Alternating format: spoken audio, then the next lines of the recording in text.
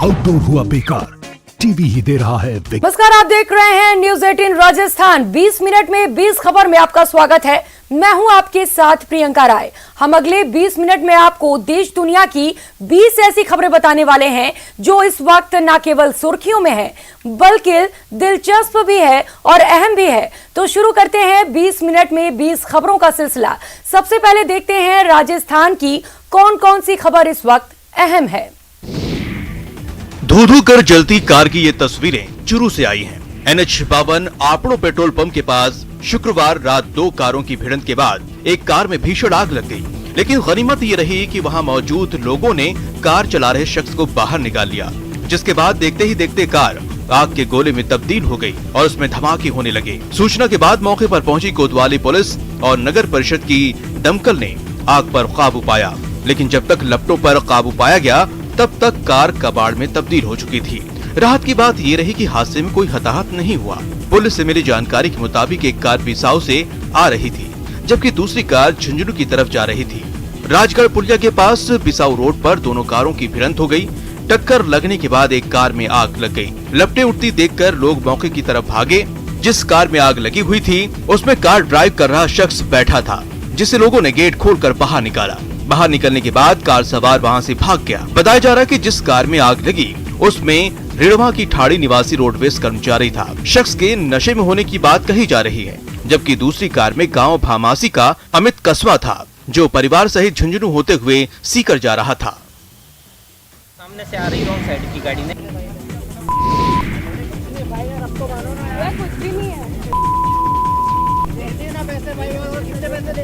गाली गलौज के साथ कार सवार से सब कुछ छीन रहे नकाबपोश और बदमाशों से रहम की गुहार लगाती लड़की।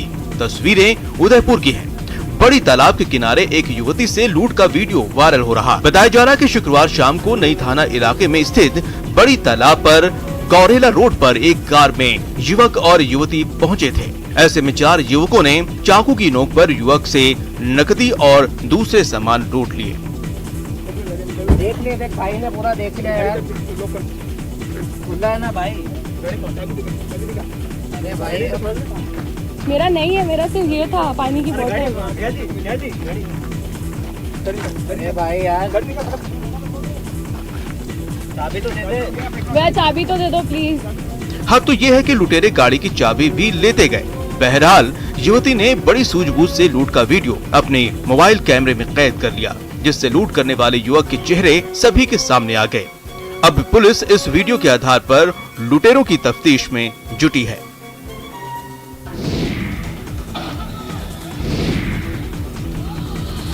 सड़क पर वाहनों की जानलेवा टक्कर, लेकिन तस्वीरें हादसे की नहीं रंजिश की हैं। चुरू जिले की सरदार शहर तहसील के गांव भादासर में बीकानेर मेगा हाईवे पर रुपयों के लेन देन में 2 पक्षों में लाठी भाटा जंग हो गई। दोनों पक्ष के लोगों ने जीप और ट्रैक्टर चलाकर एक दूसरे पर जानलेवा हमला किया। भिड़ंत से गांव में अफरा तफरी मच गई। किसी ने इस खौफनाक मंजर का वीडियो बनाकर सोशल मीडिया पर वायरल कर दिया। वायरल वीडियो में मौत का मंजर साफ देखा जा सकता है। दोनों पक्ष के लोग एक दूसरे की जान के दुश्मन बनकर पिकअप और ट्रैक्टर एक दूसरे पर चढ़ा रहे हैं। इसके बाद दोनों पक्षों के बीच लाठियों और पत्थरों से वार किए गए। सूचना के बाद मौके पर पहुंची सरदार शहर पुलिस ने 6 लोगों को शांति भंग के आरोप में गिरफ्तार कर लिया। दोनों गुटों में से किसी ने थाने में मामला दर्ज नहीं कराया। पुलिस के मुताबिक बाद में दोनों गुटों में समझौता हो गया था। जमीन पर बेहोश पड़ी बच्ची और आसपास खड़े लोग। तस्वीरें भरतपुर की हैं। यहाँ के डिग थाना क्षेत्र में नाबालिग से दुष्कर्म का मामला सामने आया है। बताया जा रहा है कि दुष्कर्म के बाद आरोपी बेहोश बच्ची को शमशान घाट के पास फेंक गया। पीड़िता की मां ने थाने में एक नामजद के खिलाफ दुष्कर्म का मामला दर्ज कराया। पुलिस ने पीड़िता को अस्पताल में भर्ती कराकर उसका मेडिकल मुआयना कराया। दुष्कर्म की पुष्टि के बाद पुलिस ने मामले की जांच शुरू की और 2 आरोपियों को दबोच लिया।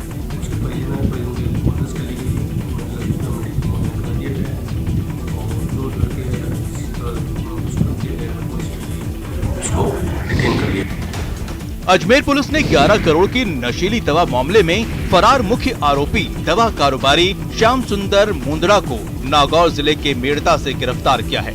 आरोपी की गिरफ्तारी के लिए 3 थानों की पुलिस के अलावा स्पेशल टीम भी पिछले 15 दिनों से कई जगहों पर दबिश दे रही थी।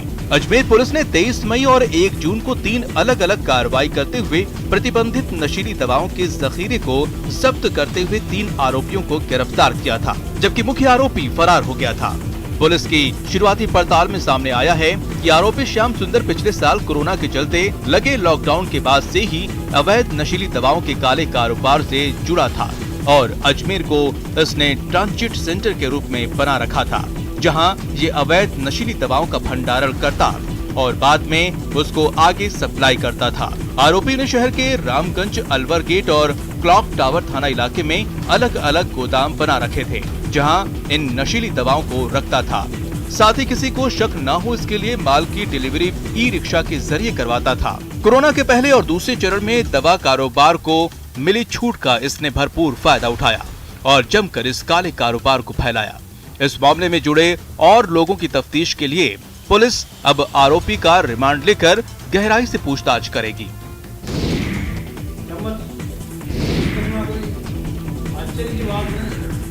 सोशल मीडिया पर पिछले 2 दिनों में शरीर के अंदर चुंबकीय तत्व विकसित होने के वीडियो वायरल हो रहे हैं। इसका कारण वैक्सीन लगना बताया जा रहा है, लेकिन उदयपुर के नरोत्तम गौड़ और उनके पोते यश ने सोशल मीडिया के दावों की पोल खोलकर रख दी।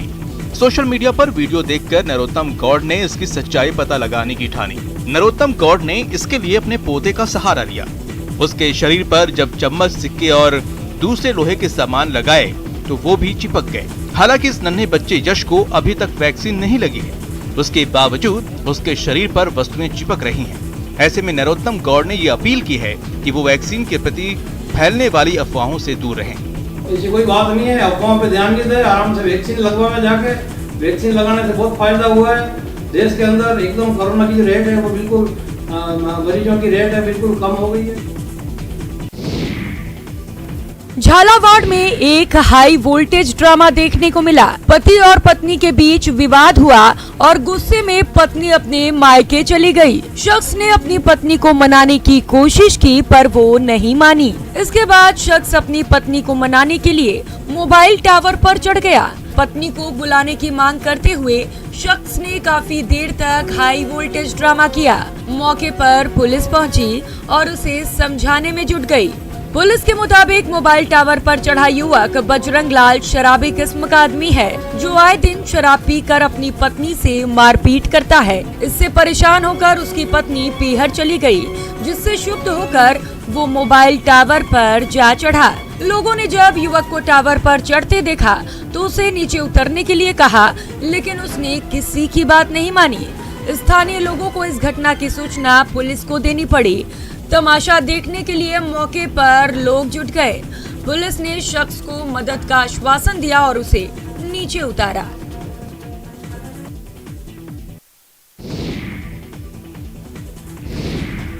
कांग्रेस ने जब अपना घोषणा पत्र लॉन्च किया तो उसमें जवाबदेही कानून लाने का वादा किया गया। कांग्रेस की सरकार बनी और इस वादे पर काम भी शुरू हुआ। गहलोत सरकार ने रिटायर्ड आईएएस रामलुभाया की अध्यक्षता में एक कमेटी बनाई, जिसे कानून का मसौदा तैयार करने का जिम्मा दिया गया। कमेटी ने कई बैठकें की, कानून का मसौदा तैयार किया और मुख्यमंत्री को रिपोर्ट भी सौंप दी, लेकिन जवाबदेही कानून नहीं आया। राज्य सरकार ने 12 फरवरी 2019 को बिल के ड्राफ्ट की प्रति प्रशासनिक सुधार विभाग की वेबसाइट पर डाल दी थी, लेकिन लोकसभा चुनाव के आचार संहिता के चलते ये बिल कानून नहीं बन पाया। इसके बाद सरकार ने नए सिरे से सामाजिक जवाबदेही कानून का ड्राफ्ट तैयार किया। इसके लिए सेवानिवृत्त आईएएस रामलुभाया की अध्यक्षता में कमेटी का गठन किया गया। कमेटी में सामाजिक कार्यकर्ता निखिल डे भी शामिल थे। अफसरशाही, नौकरशाही लोग रोक रहे हैं, लेकिन हमारा मानना है कि ये तो एक राजनीतिक कमिटमेंट है, सरकार का कमिटमेंट था, मैनिफेस्टो में था, फिर बजट में अनाउंसमेंट हुआ, फिर कमेटी बनी, कमेटी में मैं भी मेंबर था। कमेटी ने सर्वसम्मति से अपना रिपोर्ट भी दे दिया, रामलुभाया साहब वाली कमेटी। निखिल डे का कहना है कि नौकरशाही की वजह से बिल कानून नहीं बन पा रहा। दरअसल अगर ये बिल कानून बन जाता है तो भ्रष्ट, लापरवाह ब्यूरोक्रेट्स और कर्मचारियों पर नकेल कसी जा सकेगी। अब देखने वाली बात होगी कि गहलोत सरकार इस बिल को कब कानून में बदल पाती है। न्यूज 18 राजस्थान के लिए प्रेम मीणा की रिपोर्ट। जिस रेगिस्तान में कभी लोग पानी के लिए तरस जाते थे, वहां आज खजूर की खेती हो रही है। पाकिस्तान की पश्चिमी सीमा में बसे जैसलमेर जिले में इंडो इजराइल तकनीक से खजूर का उत्पादन किया जा रहा है। 600 बीघा जमीन पर दूर दूर दिख रही हरियाली खजूर के पौधे की है। दरअसल राजस्थान सरकार के कृषि और उद्यानिकी विभाग के इस खजूर केंद्र पर फिलहाल 9 प्रकार के खजूर की पैदावार हो रही है। इन दिनों खजूर पकने को आई है। 1 सप्ताह के बाद पकी हुई खजूर बिक्री के लिए तैयार होगी। विभाग ने इसका ठेका दे रखा है। करीबन 30 लाख रुपए सालाना उस संवेदक को जमा कराने होते हैं। इसमें रखरखाव भी उसे ही कराना है। वहीं नए पौधे बनाकर बेचने का काम विभाग के पास है। इसमें भी विभाग को अनुमानित 30 लाख रुपए से अधिक की सालाना आय हो जाती है। विभाग की ओर से प्रति पौधा 1500 रुपए में किसानों को उपलब्ध कराया जाता है। वहीं समय समय पर इसके लिए प्रशिक्षण शिविर भी आयोजित किए जाते हैं। इस फार्म का जो एरिया है वो लगभग 100 हेक्टेयर्स है, यानी 250 एकड़ है। और इस पूरे फार्म पर इरिगेशन का जो साधन है वो ड्रिप इरिगेशन से इसमें पूरे में सिंचाई की जाती है। 20 मिनट बेस खबर में अब देख लेते हैं कुछ दूसरे राज्यों की खबरें। यूपी के सीतापुर में 2 परिवारों में पालतू कुत्ते को लेकर खूनी जंग छिड़ गई। दरअसल एक परिवार का कुत्ता दूसरे परिवार के घर के सामने जाकर बैठ गया। यह ऐसा मुद्दा बना के खूनी जंग चढ़ गई और कई लोग जख्मी हो गए। इस पूरे मामले में गोलियां भी चली और बताया जाता है कि 8 लोग जख्मी हो गए। इलाके में भारी पुलिस बल पहुंचा और जख्मी लोगों को अस्पताल पहुंचाया गया। जमीन पर पड़ा खून और खाली पड़े कारतूस उस खूनी संघर्ष की गवाही दे रहे हैं जो यहाँ पर 2 पक्षों के बीच हुआ। पुलिस के मुताबिक 2 परिवारों के लोग आपस में ऐसे भिड़े कि एक दूसरे पर हमला कर बैठे और नतीजा क्या हुआ ये खून के धब्बे बयां करते हैं। हम लोग अपने बचाव में हम लोग भी अपना जो भी कर पाए। बाकी आपकी मेरी हालत और हमारे बच्चे की हालत आपके सामने है। मौके पर पड़े खाली कारतूस बताते हैं कि इस खूनी संघर्ष में जमकर गोलियां भी चली और यही वजह है कि कई लोगों को गहरी चोटें भी आई हैं।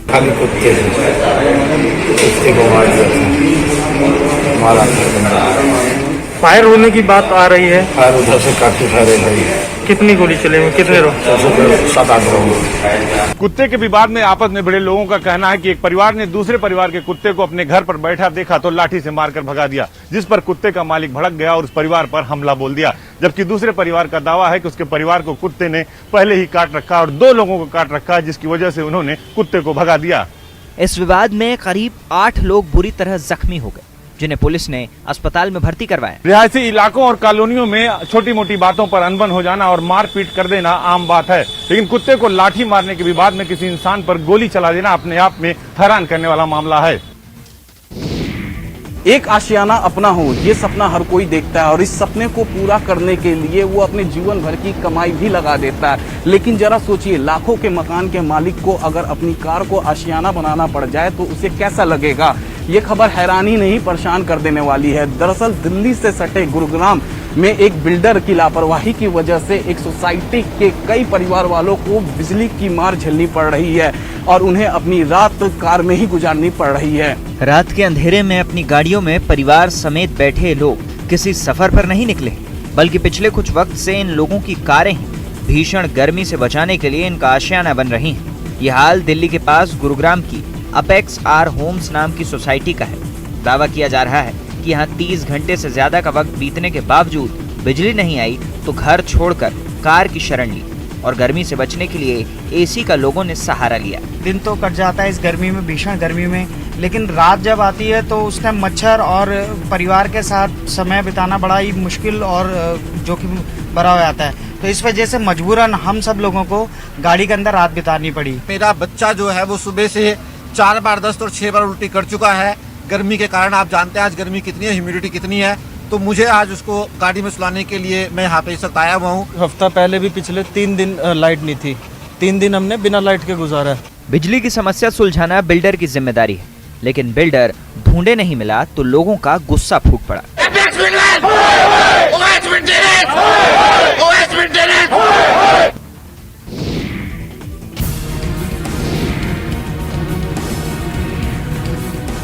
कोरबा में बालको नगर में वॉश बेसिन में कुछ इस तरह ये सांप फंसा हुआ मिला। सांप को देखने के बाद घर वालों के होश उड़ गए। सांप पानी जाने वाली जाली में फंसा था, ऐसा फंसा था जिसकी उम्मीद कोई कर भी नहीं सकता। जाली में बुरी तरह इस फंसे सांप को निकालने के लिए RCRS टीम की मदद ली गई। अविनाश यादव और उनकी टीम ने बड़ी मुश्किल से जाली को कटर के सहयोग से काटा। कटर की वजह से जाली गर्म हो रही थी, लिहाजा लगातार कटर पर पानी गिराया गया। इस पूरी कवायद से सांप जख्मी भी हो गया। RCRS की टीम ने सांप का इलाज किया, फिर बाद में उसे जंगल में सुरक्षित छोड़ दिया।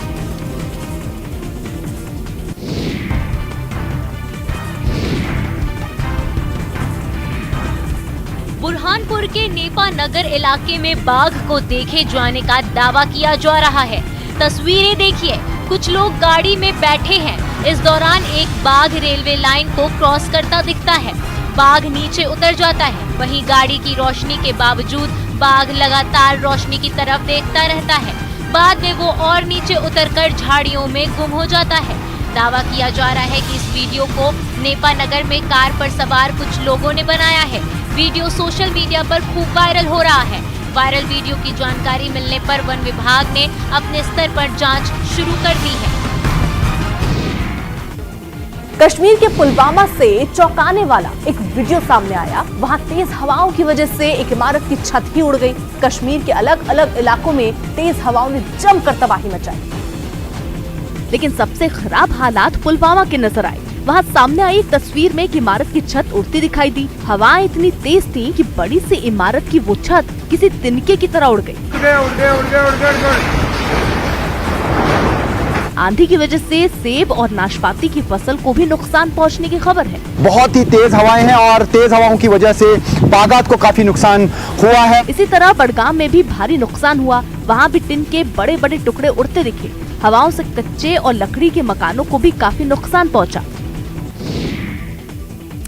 और अब देख लेते हैं अंतर्राष्ट्रीय जगत की कुछ अहम खबरें।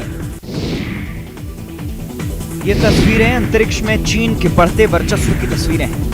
मंगल ग्रह पर उतरा चीन का पहला रोवर झुरोंग अब वहां की तस्वीरें भी भेजने लगा है। चीन की स्पेस सेंटर का दावा है कि मंगल पर जीवन के रहस्यों से पर्दा हटाने के लिए झुरोंग अहम भूमिका अदा कर सकता है। शुक्रवार को जारी हुई इन तस्वीरों में मंगल ग्रह की धूल भरी चट्टानी सतह के अलावा चीन का झंडा लगा रोवर और लैंडर नजर आ रहे हैं। CNSA ने मंगल ग्रह की 4 तस्वीरें जारी की हैं, जिनमें झुरोंग रोवर का ऊपरी हिस्सा दिखाई दे रहा है। साथ ही प्लेटफॉर्म के बाहर निकलने से पहले रोवर की तस्वीरें दिखाई दे रही हैं। चाइना नेशनल स्पेस एडमिनिस्ट्रेशन ने एक बयान में कहा, रोवर जिस सतह पर उतरा था वहां से करीब 10 मीटर की दूरी पर उसने एक रिमोट कैमरा लगाया था और फिर उसने कई तस्वीरें ली। चीन ने पिछले महीने मंगल की सतह पर रोवर के साथ तियानवान 1 अंतरिक्ष यान को उतारा था।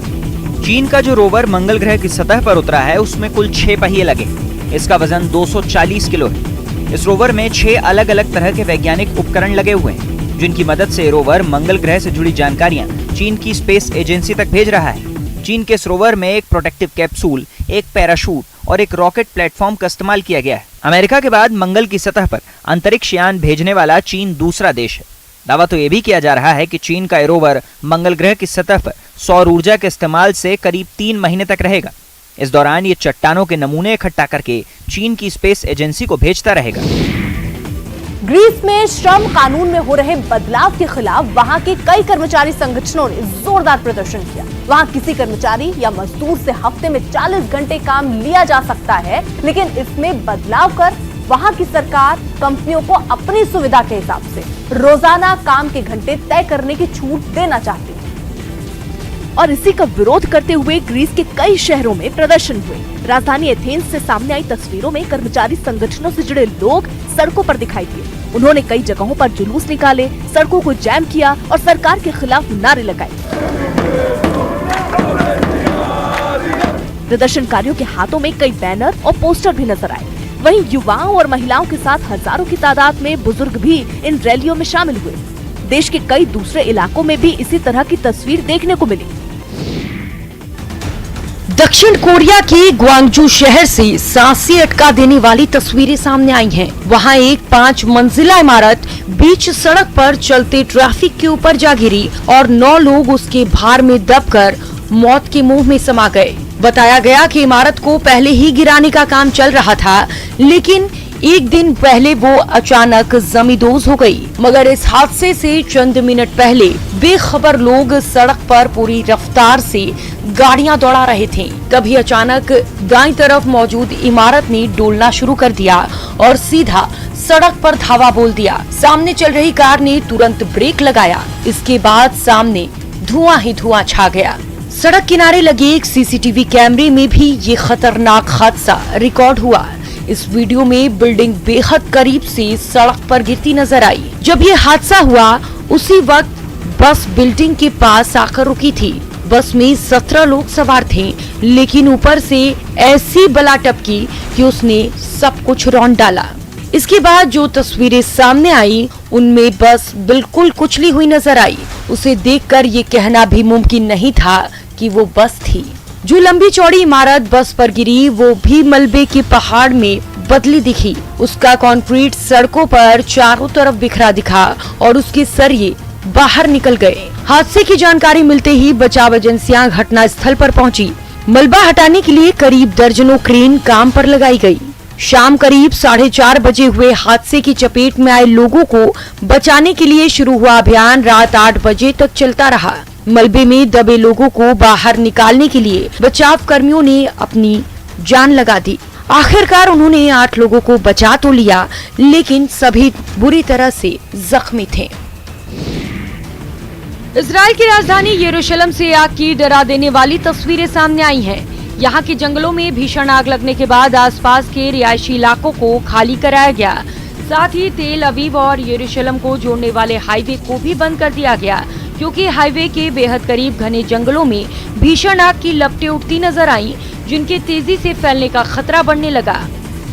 आग से घिरे ऊंचे ऊंचे पेड़ों से घने धुएं का उबार उठता नजर आया। ये धुएं का गुबार बिल्कुल आसमान में बादलों जैसा लग रहा था। इस बीच दमकल कर्मी लगातार आग बुझाने की कोशिश में जुटे रहे और मोटे पाइप थामे ये लोग वहां पानी की बौछार करते दिखे, लेकिन ये काफी नहीं था। खास बात यह है कि आग को काबू में करने के लिए हवाई मदद भी लेनी पड़ी और जंगलों के ऊपर उड़ते एक हवाई जहाज ने पानी की बौछार की तो दूसरा आग बुझाने वाले केमिकल का छिड़काव करता दिखा। तमाम जद्दोजहद के बाद आग की तीव्रता तो कम हो गई, लेकिन खतरा भी पूरी तरह टला नहीं है। ताइवान के एक सफारी पार्क से एक सफेद गैंडे को जापान के चिड़ियाघर पहुंचाया गया। बताया गया कि गैंडों की इस प्रजाति के खत्म होने का खतरा है और इनकी संख्या बढ़ाने की कोशिश की जा रही है। इसी कड़ी में एमा नाम की इस मादा गैंडे को जापान भेजा गया, जिसके लिए ताइवान के लियोफू सफारी पार्क में एमा को एक ट्रॉली पर रखे बड़े से बॉक्स के अंदर चढ़ाया गया। उसको सांस लेने में मुश्किल न हो, इसके लिए बॉक्स में छेद किए गए थे। ट्रॉली की मदद से उसे एयरपोर्ट पहुंचाया गया, जहां से उसने जापान के लिए उड़ान भरी। जापान पहुंचने के बाद एमा को क्रेन की मदद से वहां के टोबू जू के एक बाड़े में उतार दिया गया। एमा का ताइवान में कोई साथी नहीं था, जिसके बाद उसे जापान भेजने का फैसला लिया गया ताकि वो वहाँ अपना परिवार बढ़ा सके। एमा का ताइवान से जापान का सफर मार्च में ही होने वाला था, लेकिन महामारी की वजह से इसमें देरी हुई। तोता ही एक ऐसा पक्षी है जो इंसानों की आवाज निकाल सकता है। इतना ही नहीं, वो दूसरे जानवरों की आवाज भी कॉपी कर सकता है। ये सब बात तो आप अच्छे से जानते ही होंगे। हो सकता है कि आपके भी घर में कोई बोलने वाला तोता हो, लेकिन यहाँ पर आज हम जिस तोते की बात कर रहे हैं ये कोई आम तोता नहीं है, बल्कि ये एक सिंगर तोता है। सुनकर तो आपको थोड़ा सा अजीब लगेगा, लेकिन ये एकदम सच है। जी हाँ, जिस तोते की हम बात कर रहे हैं ये एक सिंगर तोता है जो गाना गा सकता है। सोशल मीडिया पर सिंगर तोते का वीडियो बड़ी ही तेजी से वायरल हो रहा है, जिसे लोग बहुत पसंद कर रहे हैं। वीडियो में तोता गिटार की धुन पर गाना गा रहा है। ऐसा लग रहा है मानो न्यूज़ 18 इंडिया, आपका पसंदीदा नेशनल न्यूज चैनल।